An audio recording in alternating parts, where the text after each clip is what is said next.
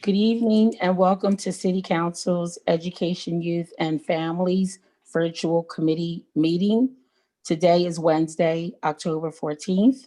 I'm Michelle Harley, Committee Chair, and I represent the 4th Councilmatic District. The council members that are present are Councilmember Linda Gray, 1st District, 5th District Councilmember, uh, let's see, is Turner on the line?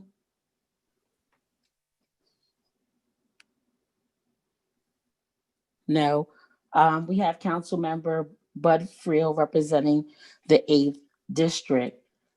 We have two presentations on our agenda tonight, and we have no legislation to be voted out of this committee. So at this time, I am going to turn over Michelle, could I be recognized? Yeah, I recognize you, Linda. Oh, thank you. You're welcome. So at this time, we're going to turn this portion of our meeting over to Miss Regina, Sidney-Brown, and Daniel Cruce. You can take it from here. Thank you. Thank you so much, Chairperson Harley, and to the council members that are joining us this evening. And thank you for the opportunity to engage you in a conversation around after school, out of school, and summer learning. Once again, my name is Regina Sidney-Brown. I am the director of the Delaware After School Network. But more than that, I am a proud mother of 4 grown children who started their journey as Head Start children, participated in after school program, Boys and Girls Club, POW, the Y, participated in school and after school programs, AAU, summer youth employment, college and career readiness, and today they are college graduates, and that is because of the village that we were blessed to have around us as I was figuring out as a young mother how to raise 2 males of color in an inner city community. So not only do I talk the talk, I walk it as well. I'm very, very vested in after school and what's going on with our young people. So we are deeply concerned about the impact of social isolation on our children and youth. And we know that children best connect, learn, and thrive when they are with peers and caring adults. We know that virtual learning is not possible or successful for all students. And in order for our economy to recover, parents need to be able to work.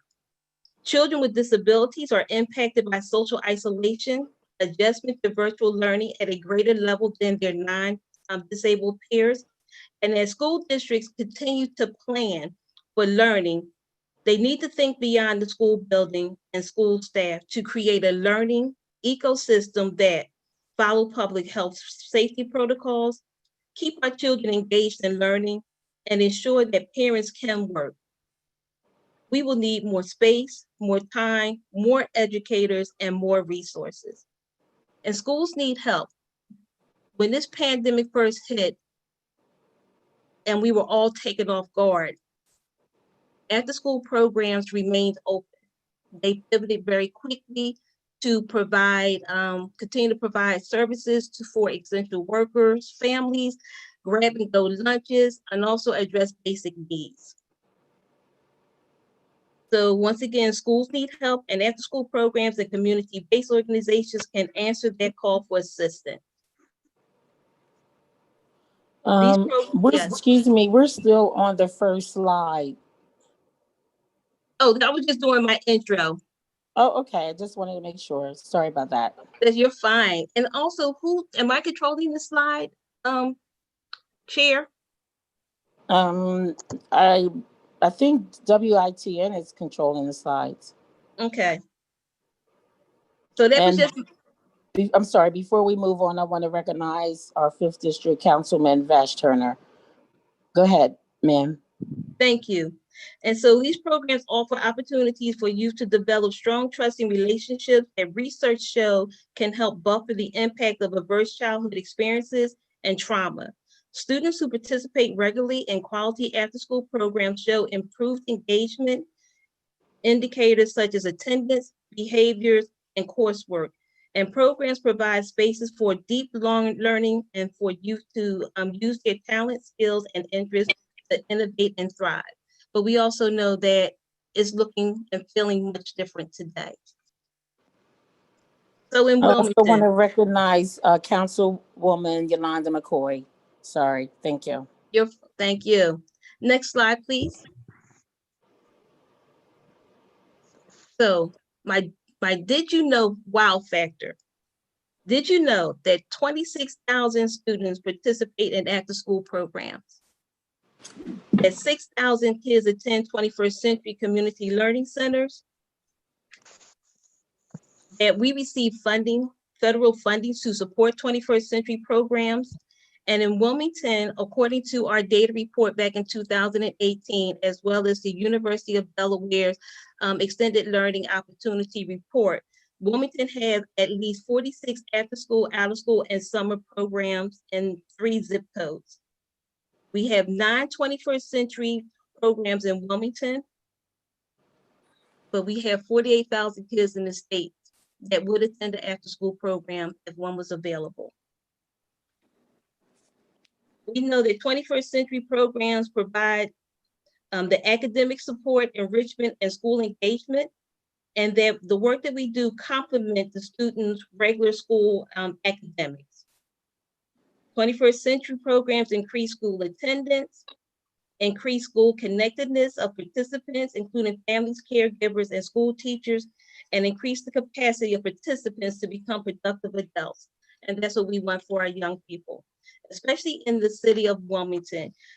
Wilmington 21st century programs and after-school programs are really, really thriving during this pandemic, and how they've been able to really continue to connect and check in on their families. When you think about Fier Charter School, Great Oak Charter School, you know, continuing to work with their students around college and career readiness, letting them know that this pandemic is not going to set them back on their journey. You have Thomas Edison that's working with older youth. So in Wilmington, we have after school and out of school and summer programs that continue to do wellness check-ins and continue to make sure that our families have access to basic needs. Next slide, please. As we move towards recovery from the pandemic, extended learning programs are more essential as ever. As parents begin to return to work and school districts consider different models for reopening and redesigning the school day, whether it's virtual, staggered schedules, and school days that incorporate a hybrid of virtual and in-person classroom learning, expanding learning programs will be more essential than ever before. We should not expect schools to pull off the massive and uncharted task of redesigning the learning day on their own. Think about the work that's being done at the Team Warehouse and the WAVE, and some of the other tools and resources that we've been able to provide our after-school programs so that we're working smart and not hard during this pandemic. We should not, after-school and extended learning partners stand ready to help. This network is fortunate to have United Way of Delaware as our fiscal sponsor, as well as our lead partner agencies. And they have done a great job with connecting and convening not only our high-level partners, but also making sure that after-school programs and providers are connected to statewide initiatives and collaboration. Working together, schools, after-school programs, and community partners will be better positioned to help all of our young people, especially those who have been historically underserved, emerge from this crisis strong, resilient, and hopeful. Next slide, please. So, my elevator speech. Delaware After-School Network is a network of after-school champions advocating for high-quality after-school programs for all Delaware's children K to 12. We want to make sure that all of our school-age children are academically, socially, culturally, and physically healthy. And we have great partners that help us along the way. The Division of Prevention and Behavior Health, 21st Century programs, Boys and Girls Clubs, the Choir School, just so many that has helped this network elevate the voice and the presence of after school in the state of Delaware. Next slide, please. So what's our why? We believe our youth, now more than ever, need safe, local, quality education supports outside of the school day. We believe our local out-of-school providers are an important part of our local economy and our local communities. We're keeping after-school professionals employed. We're increasing their access to professional development. We're making sure that they are healthy, that they are validated, that they know that they are needed during this pandemic, and definitely afterwards. And we believe that we are all stronger together, and a network is the best way to organize them to best meet our family needs. When organizations come to the council or down Leg Hall to talk about their individual programs, this network, we pull all those stories together, all the resources, and that helps us to tell the Delaware after school story, to make sure that there's funding available for after school programs, to make sure that we are at the table sitting in the right seat when decisions are being made around children and family engagement. And so we just want to make sure that we continue to work with the city of Wilmington and our elected officials and our policymakers to just let you know that during this pandemic, after school, we were not quiet, we were not dormant. We were in the trenches just like everyone else, trying to make sure that our families and our kids were connected and safe. Next slide, please. And so we're making an impact. We're talking about school and community partnerships. So when you think about the work that LACC is doing within their communities, working with their schools to make sure that they have access to the information so that our kids we're addressing the unfinished learning process. When you talk about active and engaged learning, we can't ask our professionals that are working with our youth to think outside the box without providing them the resources and the tools that they need to think outside of the box. So we're looking at service learning, we're looking at STEM, college and career readiness, and we're preparing those after-school professionals to work with those students so that they can see who they can be in that after-school space. Family engagement. We know family engagement is very challenging right now. We know that when kids are in school, that the teachers can see and feel what's going on with them. In this virtual space, we're kind of guessing. And so it's very important that the after school programs do daily touches with families just to make sure that they're okay and see what their needs are, and making sure that they have access to resources like Delaware 211 Press 4. Making sure that they know where to go for testing, and making sure that they know where they can go for additional meals. Intentional learning, once again, complementing the school day and making sure that we have a prepared staff that are helping our young people as they're figuring out this virtual space, and making sure that they don't get Zoom fatigue, and giving those mental breaks. Participation and access, just making sure that we know where those after school programs are and that we continue to support and engage them. Safety, health, and wellness, working with the Department of Education around trauma-informed and SEL core competencies, making sure that there's some form of physical activity for our young people. And then assessment and improvement. We feel that we're doing a good job, but this is a great opportunity for us to step back and assess what's working and what do we want more during this pandemic, and then how do we prepare as we work towards recovery, and as we're continuing to support our youth unfinished learning process and making sure that they are positioned for what's next on their journey. Next slide, please. So now, how can you help? And I'm glad that you asked me. So October the 22nd is Lights On After School. Lights On After School was launched on October 2000, and it is the only nationwide event celebrating after school programs and their roles in keeping kids safe, inspire them to learn, and helping working families. This effort has become a hallmark of the after-school movement and annually see more than 1 million Americans celebrate at more than 8,000 events nationwide. But we also know that it's going to look different this year, but we're going to continue to push through. And so we are hosting different events at all of our 30 21st century programs, as well as our community-based after-school programs. So we're asking to see if this council can help us by posting, tweet, Instagram, just giving us a shout out and some love on October the 22nd, just letting, people know that after school programs have pivoted, have rise to the occasion, and have been very instrumental in making sure that our youth are connected. Contact an after school program. Pick up the phone and say, hey, Principal L at Thomas Edison, we hear that you're doing some really great work over there, and we just want to acknowledge you. We know that it might be a little late to sponsor a proclamation. We did receive one from the council last year, and we thank you for that. And then follow us on social media. Right now, we're in this virtual space, and social media is the best way to communicate.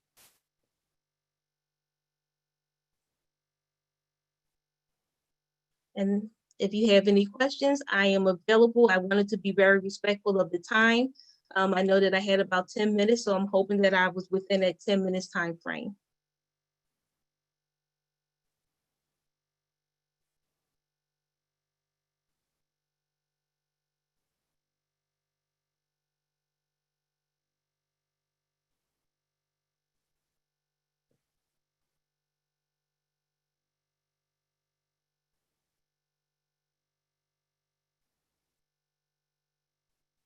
I'm looking to see if there's anything in the chat. Oh, so thank you, Ms. Brown. That was a very informative presentation. I wasn't aware of your program, so I have been enlightened by the information that you shared. Very well put together, easy to understand, and I will definitely be sharing this information with, when appropriate. And you said that this program is going to kick off in this month? Yeah, our Lights On After School event is October the 22nd. And we've had events statewide. So once again, in Wilmington, you have at least 9 21st century programs. So, and if I can share that list with Ms. Richardson, and if any of your council members can please, just pick up the phone or, just give them a shout out on social media. I think it would, validate the work that we've been doing, and just letting people know that, we know that the school day is very, very important, but parents still have to work and kids need different kind of engagement after the school bell ring. And I see that Kevin Kelley is joining us as well. And we've done a lot of work with the community centers in Wilmington through Yvonne Bunch. And so, once again, our job is to make sure that our youth and our families are safe and know that they are being taken care of by quality after school professionals. Excellent. And so where do y'all actually do your programming? Do you go to these different schools in different locations? And so we're a capacity building network. And so I do not do direct service, although I provide the professional development, and we've been able to assess a couple of the after school programs. So we really leverage the relationship with those after school providers to go in and just work and see what they're doing, how they're doing it, what kind of supports that they may need. We do a lot of advocacy work in DC. So right now it's about making sure that there is funding for 21st century programs, making sure that the child family meal program have received a waiver so that we're able to feed kids all the way up until the end of the 2021 school year. So we do a lot of advocacy, and when we work with our local after school programs, the work that we do feed up to the statewide after school networks, and it's 50 of us We go to DC, we do a lot of advocacy work. And so it's important for us to know what's happening here in the state of Delaware so that we can tell not only the Delaware after school story, but also that national after school story as well. And making sure, once again, that there's funding available for CTE, looking at the child development block grant, making sure that those dollars are being allocated appropriately, making sure that there's funding available in the CARES Act for after school programs. And the only way we can do that is to know where our after school programs are in Delaware, what kind of programs they're providing them professional development, so that our children can thrive, especially during this pandemic. Oh, that's great. And my last question is, are the schools open right now for after school programs? I know Lights On doesn't start until this month, but I was just curious to know, are there after school programs going on, even though a lot of the children are learning virtually? So none of the all the 21st century programs are located in a school. So right now they're in that virtual space. But Boys and Girls Club, the Y, LACC, Hilltop, they are providing hybrid after school programming. Oh, thank you. Thank you. Any questions from the council members?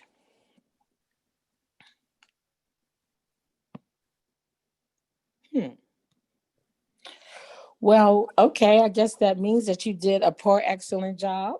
So I'm going to give myself some snaps. Okay, I'm joining you with that.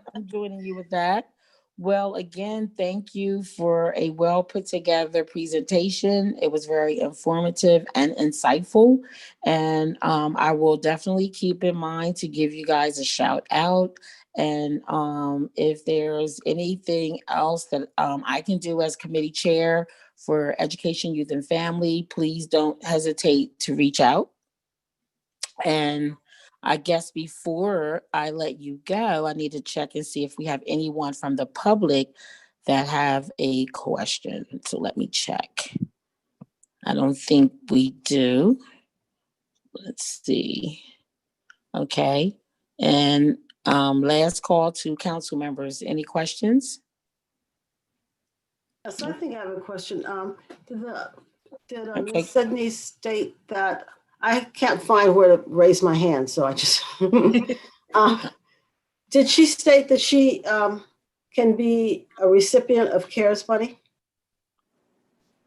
United Way is our fiscal sponsor, and so if any CARES dollars are available, they would apply for us. We are not our own 501c3. Okay. And so United Way has done a really great job as far as finding match dollars for this network, making sure that we are receiving not just the fiscal support, but also the guidance as far as leadership. And so Michelle Taylor, Dan Cruce, this network could not have landed in a better organization than United Way. So if there's money out there, Michelle and Dan, they'll find it for this network. Thank you. That was what I wanted to know. Awesome. All right. Well, thank you again. And I really enjoyed the presentation and the information that you had to share. Thank you, Chair, and I greatly appreciate it. And I will send Ms. Richardson the information around those 21st century programs. And then that way, even with Kevin Kelley, give him a shout out. We would greatly appreciate it. So thank you so much, and everybody have a blessed evening. You as well. Thank you. Thank you. Okay, so we're going to move right on to our next item on our agenda, which is a presentation by Director Kevin Kelley. Good afternoon, everyone. How's everybody today? Good. Thank you. Good. On the agenda, it asks for an overview of the Youth Career Development Program, and Nicole Adams is sitting next to me to be able to provide that information. I'd also provided to the committee a little background on what we're currently doing in the Parks Department. If you like, we can go through that slide and I can give an update on our activities relative to recreation in Hicks. And then there's a separate slide that is for, I'll take my mask down and speak a little bit better. There's a separate slide that's for youth career development. So it's your purview as the chair, what you would like us to do. So they have, so that's the one that's the overview of the Parks and Recreation programs. If you like, I can go through this one relatively quickly, and then at the end, I can answer questions, or feel free to stop me as we're going forward. Okay. Yes. So the first one's just an overview of the Parks Department programs that we currently have. You get at the next slide. So I started Hicks Anderson Community Center. You know, Hicks Anderson Center has been operational once we got clearance from the governor to be able to run programs at the center. We are open from 8:30 to 8 o'clock on Saturday, 10 to 4. During the day from 8:30 to 1, we're currently running programs. If you hit the next slide, I'll discuss that one a little bit better. You went back up, go back one, please. Okay, I'm not sure what happened, but that's okay. So at Hicks, you know, during the day, we have a partnership with Christina School District where we have students from Bancroft School who are doing some virtual learning. We have about 20 young people who come every day from 8 to 2. They learn virtually through their classroom. There's an individual who assists them from the school district, as well as staff that we have. We provide them with breakfast and lunch, and we also provide some recreation for them as well. Then from 2:30 to 8, the center is open for regular use by individuals in the building. Everyone has to be temperature checked. We just have a new temperature check, an automatic one that we have in a building brought in today, as opposed to the handheld one. We run some programming in the gym. The pool is open. The computer lab, and also the weight room, but the weight room is limited by space, and a few people are allowed in there at one time. We also are running a Safe Haven program at Hicks on Saturday afternoon from 10 to 4. We just started our basketball league with individuals, high school, playing basketball on Saturday afternoons. We received approval from the state of Delaware Public Health to run an indoor basketball league. So that's from 10 to 4. And then Sundays, we have some adults who are coming in to play basketball.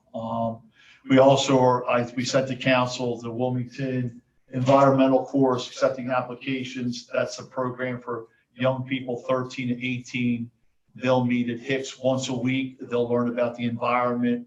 The project was sponsored by state senators Tizzy Lockman and Darius Brown.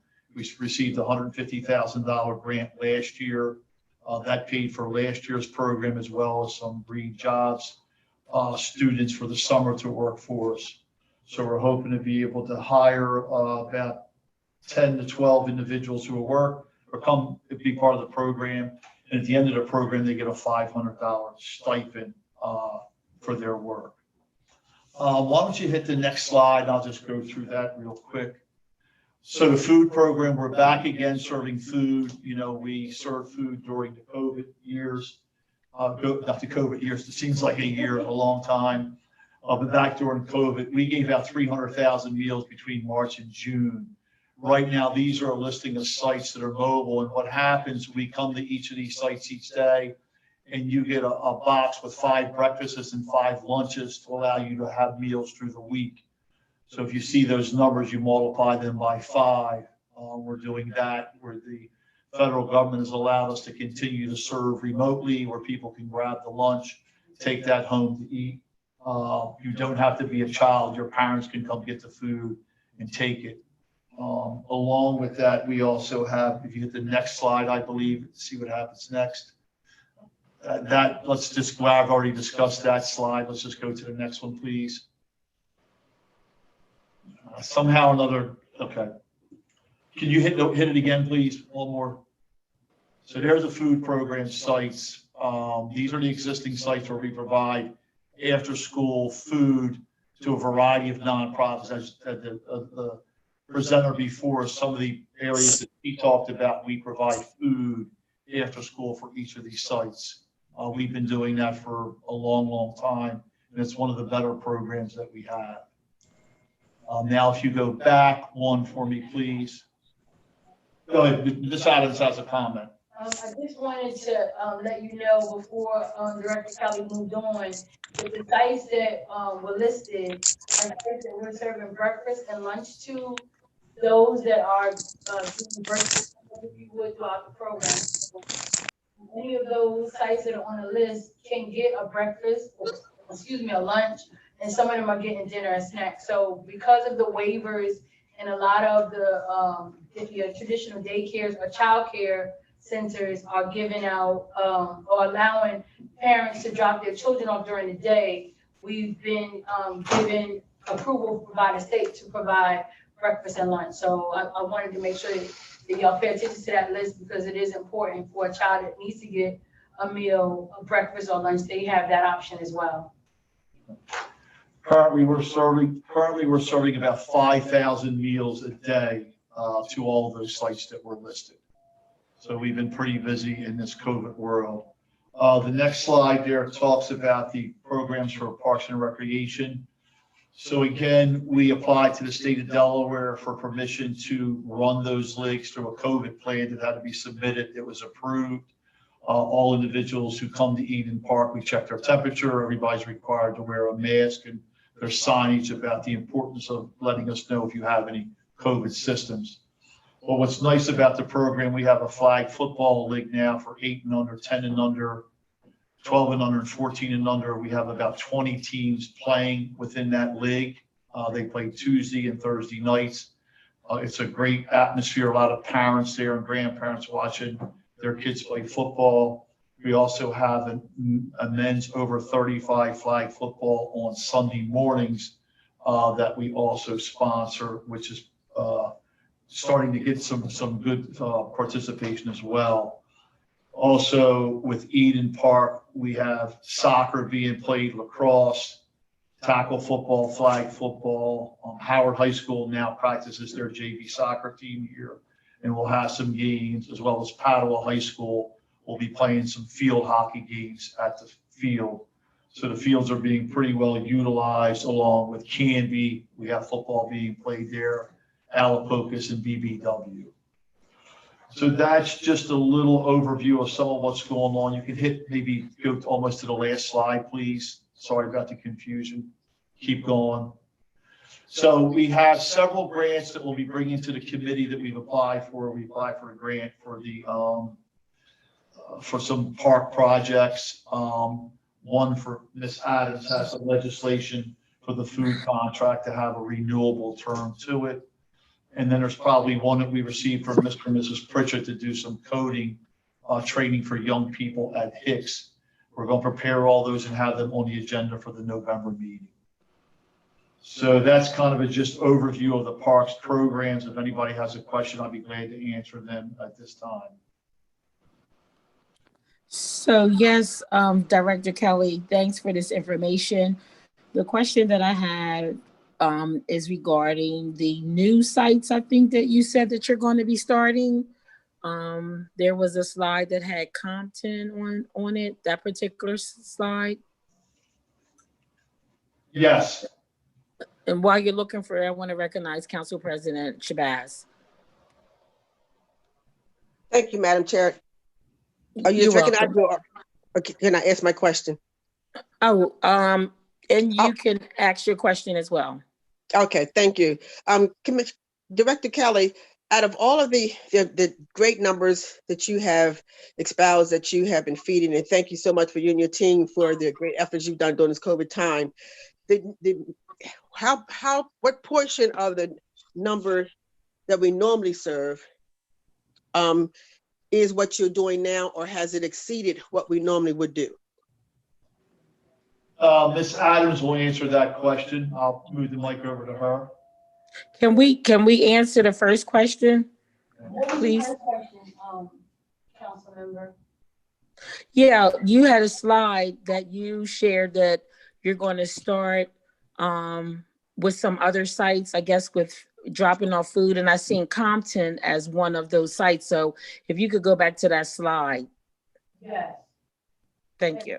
And so the question, I didn't hear the question.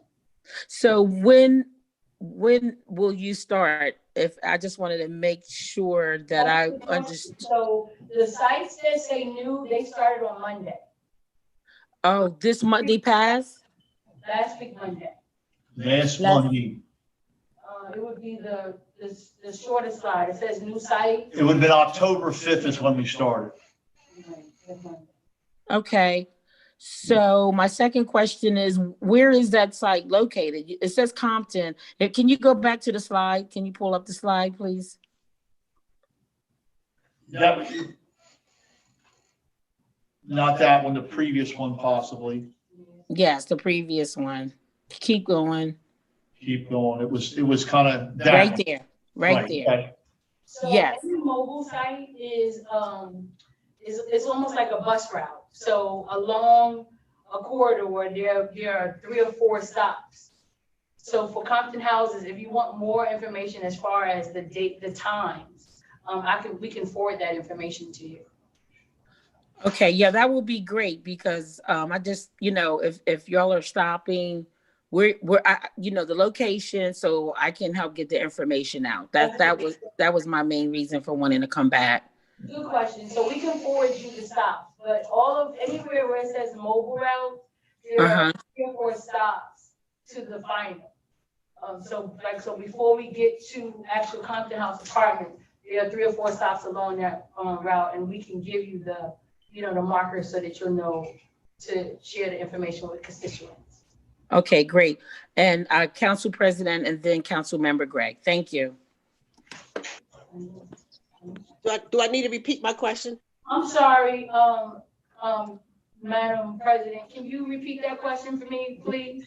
Yes, ma'am. I said from the amount that you normally would feed during your food program, is the amount that you're feeding now have exceeded that number? Is it below that number than what your normal feeding meals are?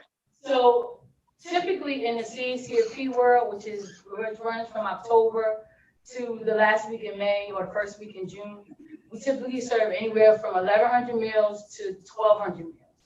We're now, I'm going to say for CCFP, we're serving about 650 meals, but understand there are 5 meals in each box. So you take the 650 and you multiply times 5, and that's how many meals that we're serving each day to various groups.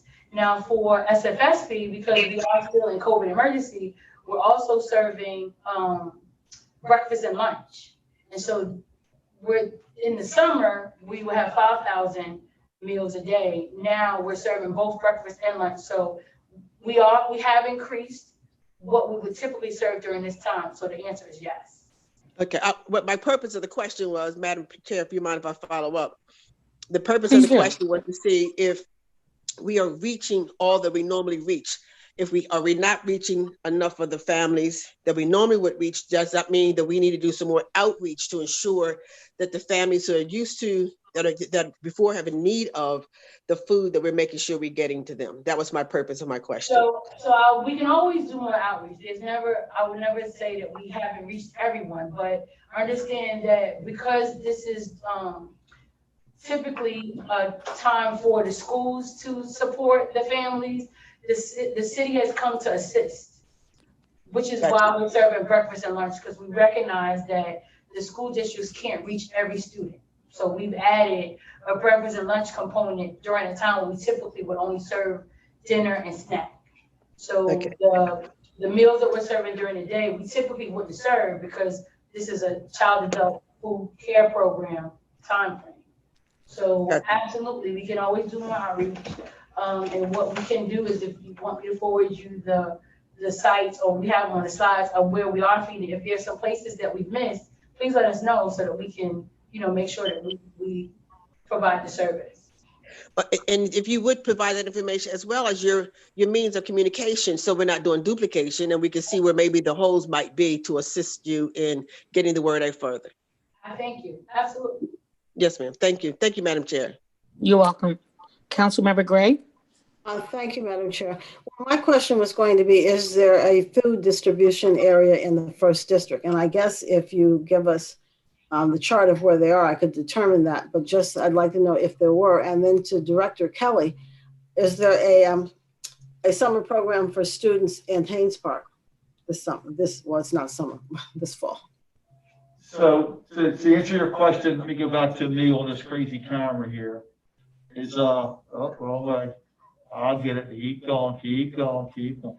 So the answer is the first district is the PAL. We give out food at the first district at the PAL. For summer program at Haynes, we gave out some food last year. We started at Haynes, but it's too early to tell what we'll do next summer with Haynes Park and what kind of COVID mode we'll be in. But for the first district, it is the PAL where we give out the food. Are there any, sorry, may I follow up? Yes. Thank you. Are there any programs? Oh, so you're talking about summer program, not this fall. There are not going to be any programs this fall, like for the next couple of weeks. Correct. We are not running any, the only programs that we are running are at Hicks Anderson Community Center. Currently, all school districts in the city are not permitting any outside people to run programs in them. They told us they would get back to us to October 1st. So that means our traditional recreation program that would start like early November will have to be on hold until after the minimum after January 1st. Okay, thank you. You're welcome. Oh, thanks for that clarification, because I was thinking that this was going on right now. So thank you, Councilmember Gray. Thanks. I thought they were too. Food is going on right now, Councilmember Harley. Can you repeat that? The food is being distributed now. All those sites that were listed in the slide are serving meals every day. Okay, and so we're starting in January. So Councilmember Gray asked, were we running any programs right now, after school programs? And I said no, because we're not allowed to be in any schools in the city of Wilmington till at least after January 1st. The school districts are not allowing us to run our programs in the schools. Understood. Okay. I want to recognize Councilmember Regina Dixon. And does any council members have any questions? Any other council members? Does anyone in the public have any questions? Let's see. Doesn't look like no one from the public has any questions. So you can continue, Director Kelley. So now we'd like to give the presentation on the Youth Career Development Program, the year-round program. I believe there's an additional slide, and Ms. Adams will give that presentation. So that's it. Hopefully this one will work a little better than the last one. We'll take responsibility for getting that straightened out to see what we've got, okay? Okay. So with that, I'll turn it over to Ms. Adams for her to give the presentation. Okay. Thank you, Director Kelley. You're welcome. Good evening, everyone. Youth Career Development has previously been known as Summer Youth Employment. With the new brand, new name, we now created a 3-track program, which now runs year-round. So typically, in the previous years, you would close out, we would begin in the summer and begin recruitment in February. We would recruit up until April, and then when the summer started, we would go from June to August. Now we go from June to August, we close out in September for recruitment, and we now have an academic year program whose specifically is designed to assist kids with either their career pathway or their career interests. So we understand that some kids are in vocations that they're excited about, and some still want to explore others. So this program during the school year gives them the opportunity to explore if they're not presented with that opportunity in the school. Can you go to the next slide, please?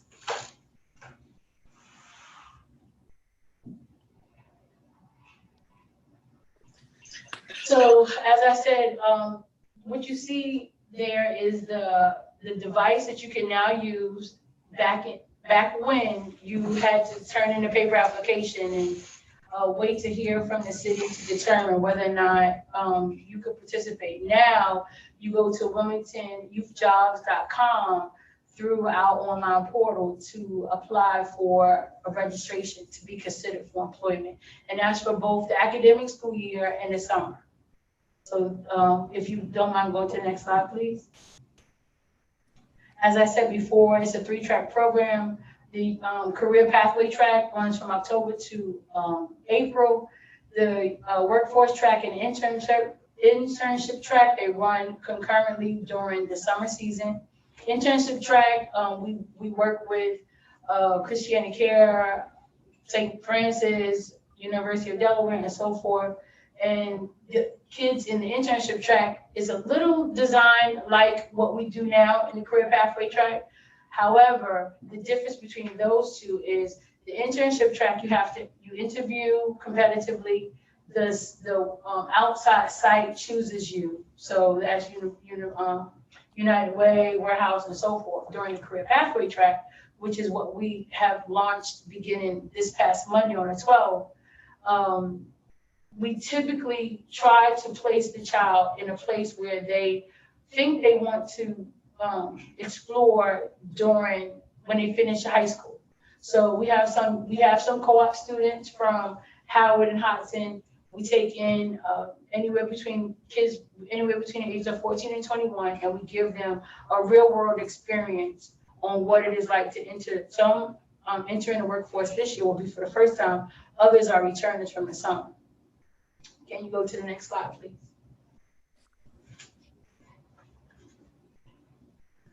So we plan to hire 120 young people. Last year was our first year launching the career pathway track. We hired 90 kids, approximately 90 young people, and they worked 15 weeks. This year we added a week, so it's a 16-week program. The young people work 15 hours a week. Typically it's after school, anywhere between 3 and 7 o'clock p.m. There are a few sites where they have asked for students to work on a weekend on Saturday. They earn $10 an hour. You have to be between the ages of 14 and 21, and during the academic year, you have to be a city resident to be considered. Again, I said that we focus on your career pathway or interest. There's a focus on life skill development, which because we are in a COVID world, we're exploring that through virtual training.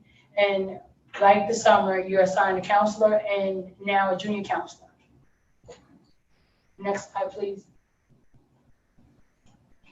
So part of what you have in front of you is what we make sure that the young people understand that timeliness, communication, respect, and virtual training is part of the program. And we expect that the young people follow through. Because they have a counselor, an advocate, or a mentor, that counselor is there to ensure that while they're in the field, there's someone that's advocating for them, and they can speak to someone if they're having a challenge at a work site. Next slide, please. You can actually skip through the payroll slide and the virtual war slide. I'm not. So virtual training, as I said before, is, you could go to the next slide if you don't mind. So virtual training is now offered. We typically during the summer, if it wasn't COVID, we would offer a face-to-face training, but we are offering training through our online portal. So once a young person logs on and registered, they use that same identification and log on to get in, and each week for the 16 weeks, there's a 1-hour training that's included in our academic year. Work-based learning is a part of the career pathway track. Leadership training, they have soft skills development, and we prepare them for the real world with career readiness. Next slide, please. So if you went to WilmingtonYouthJobs.com, this was the screen that you would see. I encourage young people that have not registered to register. As I said, our career pathway has started. We started on the 12th. Unfortunately, our deadline has passed, but it doesn't prohibit a young person from going on and registering. So when information comes out, it comes out electronically through email or text message, depending on how they register.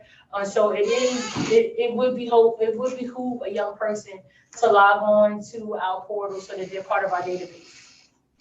Next slide, please. You can actually flip through the slides that have information about the virtual training. Next one.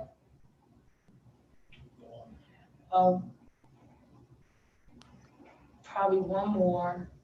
So the program is comprised of 4 counselors, 2 junior counselors, an office assistant, and a program supervisor. Next slide, please. The 3 cohorts. So there's 120 kids, and we start them at 40 young people at a time.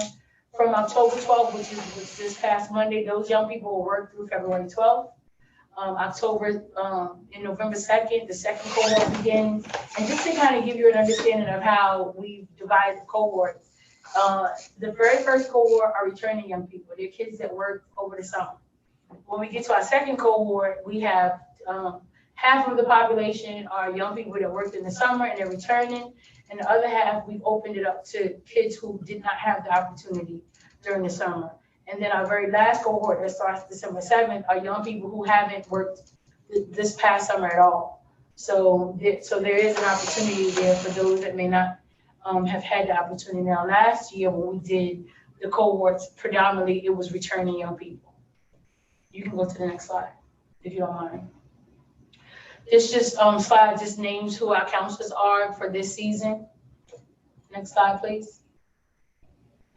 And then this is probably the last slide before questions. This just kind of outlays how we run at every event that we have for youth career development, there's a commemorating opportunity. So for the career pathway track, our time to get together and fellowship is the leadership training. Last year we offered leadership training. It was a 2-day conference. The very first day there were breakout sessions. The young people got to pick the sessions they were interested in attending, and then we took I think 100 kids and their parents to Washington D.C. We went to see the MLK Monument and went to the African History Museum. So this year we'll do a community trip. The breakout sessions will be comprised of career development, financial literacy, and employment skills, which will take place in January. If you don't mind going to the next slide. So now open the floor for any questions, if you have any. Thank you. Thanks a lot. I seen the press release that came out about that whole program. And so when I seen that, I thought this would be an opportunity for your department to come and present the information. And if there were any parents, grandparents, or youth that may have questions regarding the program, this would have been an opportunity. I know we have one grandparent, I believe, that's on the line that was very interested in the program for one of her grandchildren. Reverend Gaines is on the line. And so when she learned that y'all were going to be presented today, she wanted to make sure that she was on the line. So before I ask her if she has any questions, does any of the council members have any questions? Councilmember Dixon? Thank you, Chairwoman. I had a quick question regarding, I know you said there's 3 counselors. So that means that they all have like almost 40 kids each if we're at 120? So it's actually 4 counselors and 2 junior counselors. So each counselor has 30 young people. Okay. And is that the routine as far as that they have that many underneath them for each? Well, actually, that's reduced in this administration. Previously, one council would have anywhere between 50 and 60 young people. So since the new administration came on, we were able to get more counselors. So the caseload is actually very manageable right now. Okay, great. Thank you. Okay, Councilmember McCoy. Thank you, Madam Chair. Actually, my question was, I guess, a little similar. Just wanted to find out, I guess, are you at capacity? I know that the deadline was October 12th. I had managed to forward that information out before the deadline, but I've still had some people contacting me to ask me if this is something that their child could, get involved with. So, but you're at capacity now? So the deadline has passed. The deadline was October 12th. You do have the opportunity, though, to register. So as of now, the portal is open for a young person to register, which just puts the student in our database. So when we send out communication, that would be the best way for them to get it. But I do want you to know that when we put out the press release, we also reached out to every school district in the Newcastle County area. We also made sure that we contacted Catholic schools, private schools, and charter schools. And so my team actually reached out to the contact person that will put the information on their website virtually to ensure that young people got the information. So we did do our due diligence to make sure that information was out there. And we actually extended the date, an additional day, to make sure that we got those that were interested. Okay, All right, Council. thank you very much. Okay, thank you, Councilmember Dixon and McCoy. Council President Shabazz? Thank you, Madam Chair. Are the counselors that deal with the young people, are they trauma-informed care trained? So there's a mixture. So some are, because we offered the training previously. During this year, I would say there are 2 that are and 2 that are not. So yes. You said there's 2 that aren't, you said? I'm sorry. There are. Oh, there are. Because we tend to use, or we tend to solicit teachers and counselors, guidance counselors, and so forth. So right now I have 2 counselors that are trauma-informed care, and I know that because of the nature of their job. And I'm gonna say 2 that aren't, and it's because I can't confirm that right now. But it is typically something that we look for, and previously we've offered the training to the counselors. So we try to use the same counselors or give the opportunity to those that worked the summer prior. Have you found there was a need for those untrained to at least have that, any situations where that having that training would have been helpful, or is there any intentions to ensure that they are trained in the future? Right, so the 2 counselors that have started, those are the ones that are trained. The other 2 haven't started yet, but we'll make sure they're trained before we get started. Before they get started with their caseload. The next group doesn't start until November 2nd, and the last group is November 7th. So the 2 that I mentioned are the ones that just started on Monday. Thank you. Mm-hmm. Thank you, Council President. I'm going to ask if there are any questions from the public. I had someone that had a question for the last presentation and had shared that she was not able to get through. I'm not sure what that means. So Reverend Gaines, if you can hear me and you have a question, you are welcome to come on at this time. Okay, can you hear me? Yes, ma'am. Okay, awesome, Madam Chair. Thank you so much for hello, everyone. Thank you so much for taking the time to invite me on this video chat. And I just want to say that we've done all our work. We filled out our applications and everything. And I had a chance to talk with Wayne Jefferson from Hicks Anderson Center, and everything's a go. My grandson's excited. So I'm very happy that, prayerfully he's going to be a part of what's going to take place as far as his career goes and everything concerned. So thank you once again. Thank all of you for all the wonderful work and the effort that you're putting forth to make sure that our children are getting their needs met. Thank you. You're welcome. And thank you for joining. And I'm looking forward to staying connected with you. Yes. Yes. Did you have any other questions, Reverend Gaines? I didn't. Just want to make sure that the counselors are, certified and able to do the jobs that they have to do with our youth, since we have so many risks and,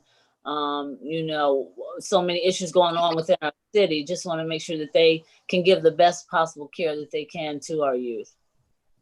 Understood. The question that I had, Nicole, if you reach capacity, what happens if some of these children or youth rather don't meet the criteria? Like if there is a reason that for some reason that they don't qualify or get disqualified, I would think that you may have like a waiting list and y'all would just go to the next person. I was just curious to know, like again, you reach your capacity, and then I would think that then you go off and you review the applications, right?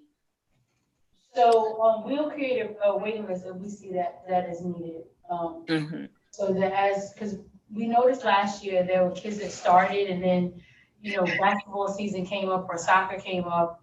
And it was helpful to have some other young people that we could put in those slots that were still interested. So we'll probably run it the same way. But as of now, I think I had almost 160 registrations for 120 positions, and it was actually 60 positions because, as I said, we have some of the young people half are returners, and then we bring in 60 new applications. Awesome. Okay, any other questions from any of the council members? Okay, seeing none. Any other questions from the public? Seeing none. Okay, so should I turn it over to you, Director Kelley? Well, I'd just like to thank you for the opportunity to present, our programs today. I want to thank my team that's here, Nicole, Carmen, Rashid, Wayne, Lenny, and everyone that does the job. A lot of folks talk about frontline workers, and we are very grateful for those in the healthcare industry to take care of all the people who are dealing with COVID.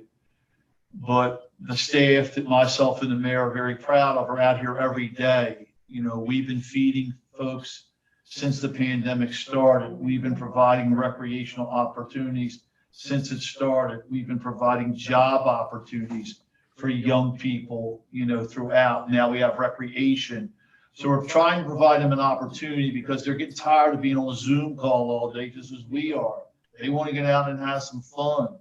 So we're trying that opportunity. The year-round program, there's no other city in the state that has a year-round employment program. The mayor made it a priority. And with a partnership with City Council, we've been able to make that happen, where young people now have an opportunity to work all year round in a meaningful employment engagement. But we're going to continue to do what we do, is to serve the young people of the city of Wilmington, provide opportunities for their families and others in this COVID world, and being mindful of the restrictions that COVID places on us, to always have your mask on, be 6 foot apart, and be cognizant of your surroundings. And if we all do that, then we're going to limit the spread of COVID, and we're also going to have an opportunity for people to be out and take part in the programs that we offer. Excellent. Well, I want to personally thank you, your staff, and your department for the great work that you have been doing. And again, them being out and just being consistent, and us all working together to serve the community. I really, really think that, we are definitely doing our part, and I know the community really appreciates it. And so, again, thank you. And if there's anything that I can do as it relates to anything in terms of getting information out, as I learned today, you have those new routes that you started. I will be sure to get that information out to the community so they know. Because this effort and energy is being put into serving the community. We want to make sure that they take full advantage of it, right? We agree. We'll provide you some follow-up information. Okay, great. Okay, so before we bring this meeting to a close, I want to just ask once again, any other questions from the council members? Any questions from the public? Okay, well, seeing none, again, thank you again for coming today. Very helpful information. And I'm going to ask, I would like to accept the motion to adjourn the session of the Education, Youth, and Family Committee meeting. So moved. Second. All right, thank you. Have a good evening, everyone. Good night, everyone. Bye.